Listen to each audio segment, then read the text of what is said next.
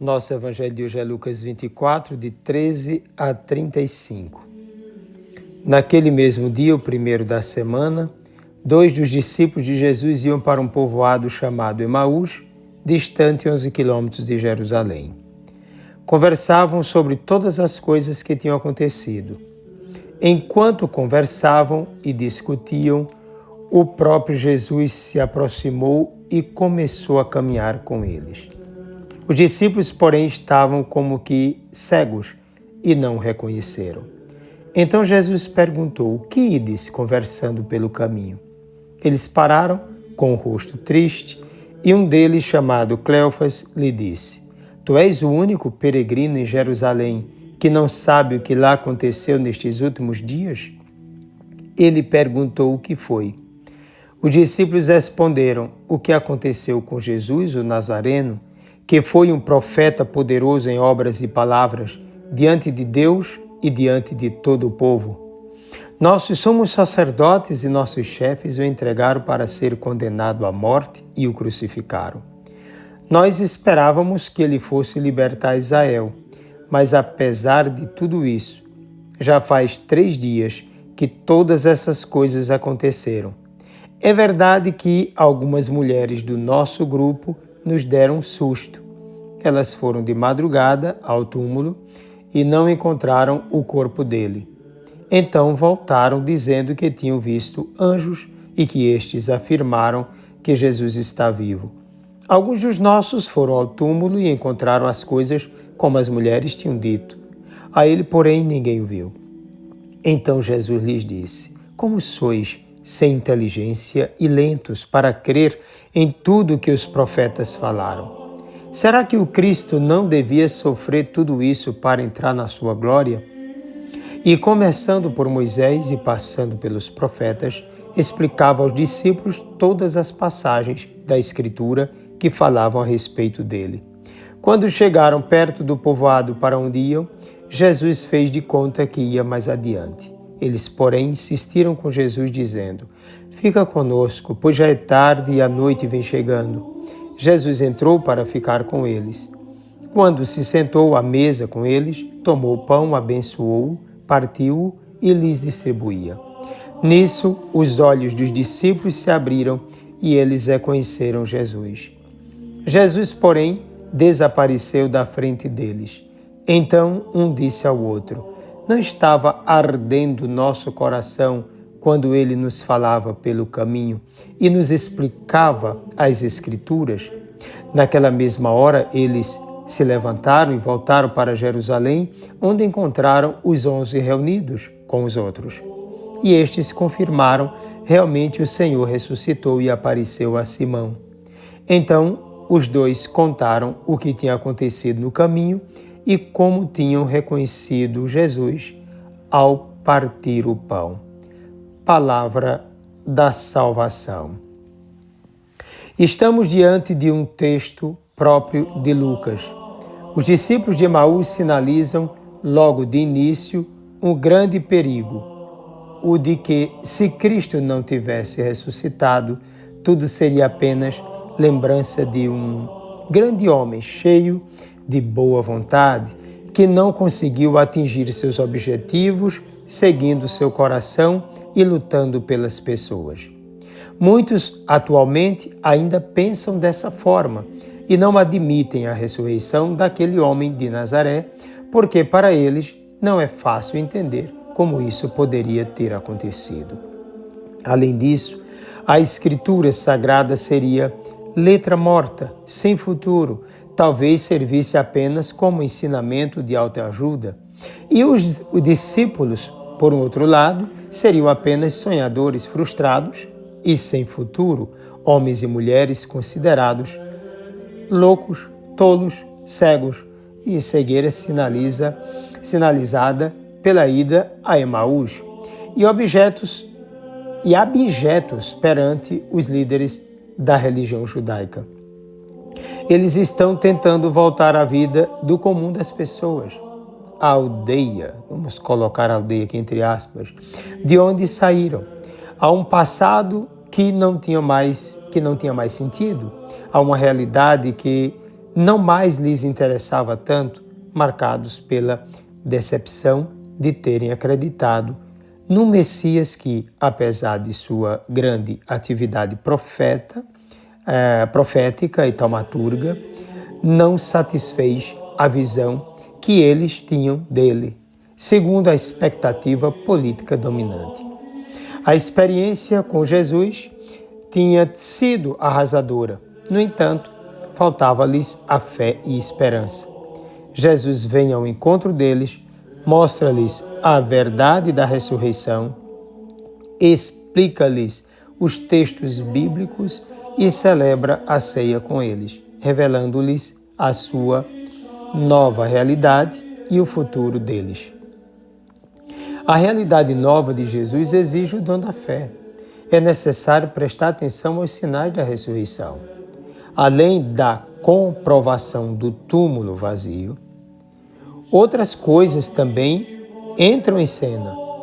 Aqui duas, que são importantes para se entender a realidade de Jesus em estado de glória.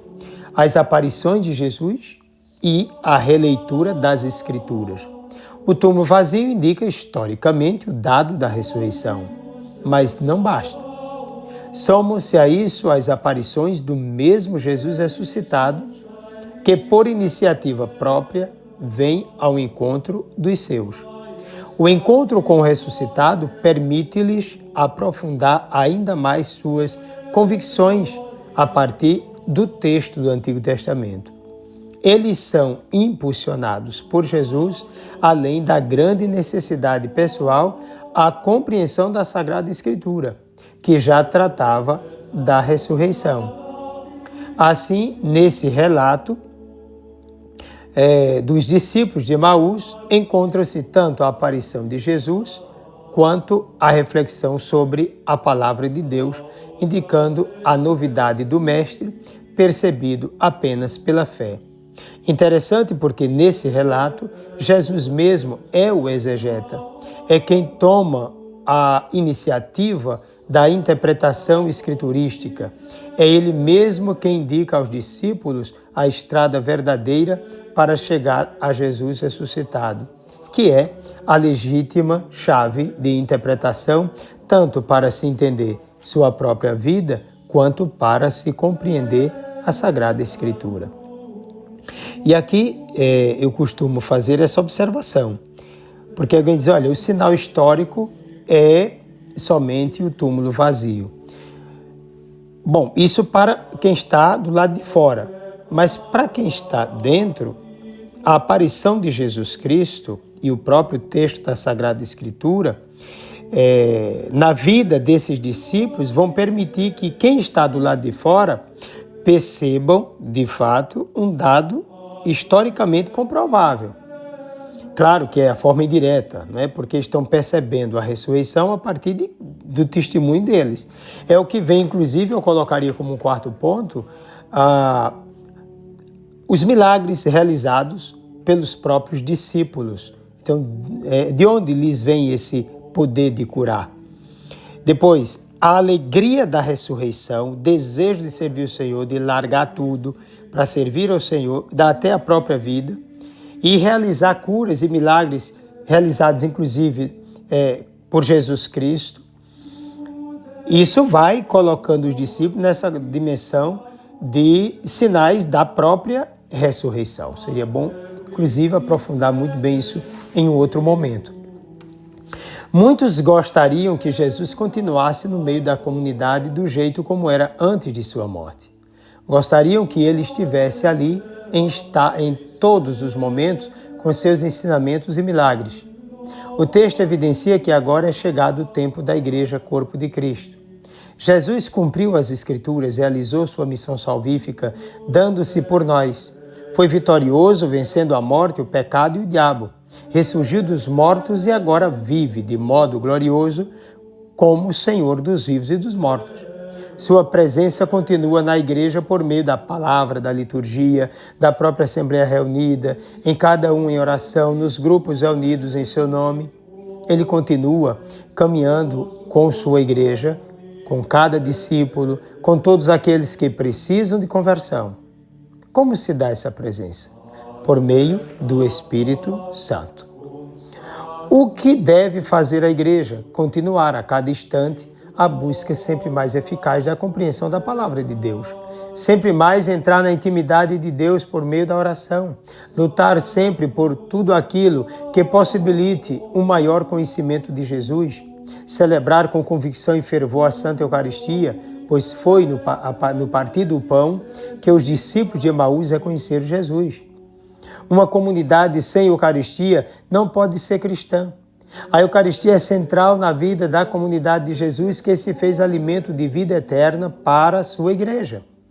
Não é possível pensar a igreja de Jesus ressuscitado sem o pão do céu, sem a Eucaristia, que é Jesus Cristo mesmo glorificado. A Eucaristia é a presença mais concreta de Jesus Cristo na história. Ele mesmo prometeu: estarei convosco todos os dias até a consumação dos séculos. Mateus 28, 20. Convém que cada cristão, que cada discípulo mantenha firme 3 coisas inseparáveis: a palavra, a Eucaristia e a profissão de fé. Mediante a vivência dessas, que chamamos colunas, todos reconhecerão o Senhor Jesus Cristo. A vivência da palavra, da Eucaristia e da profissão de fé exige conversão, mudança de mentalidade, renúncia de si mesmo, do seu horizonte, para entrar no horizonte de Deus mediante a fé, o amor, a verdade e a vida, na vida que é Cristo. Ciente dessa novidade em sua vida, Pedro levantou-se, saiu do fundo do poço, criou coragem para enfrentar tudo aquilo que se colocasse contra sua obediência a Cristo, a quem amava apaixonadamente. Enfrentou os que conduziram Jesus à morte, proclamou a ressurreição, deu testemunho de Jesus vivo, vitorioso, e a todos convidou para uma vida segundo a fé e a esperança em Deus, o Senhor da vida. Os discípulos de Emaús, por sua vez, venceram o medo, a ignorância e o desânimo. Depois do encontro com Cristo, na fração do pão, alegraram-se com Jesus e com a igreja e colocaram-se à disposição da missão evangelizadora. E você, o que está esperando? Um forte e carinhoso abraço. Desça sobre ti a bênção do Deus Todo-Poderoso, Pai, Filho e Espírito Santo. Feliz Páscoa.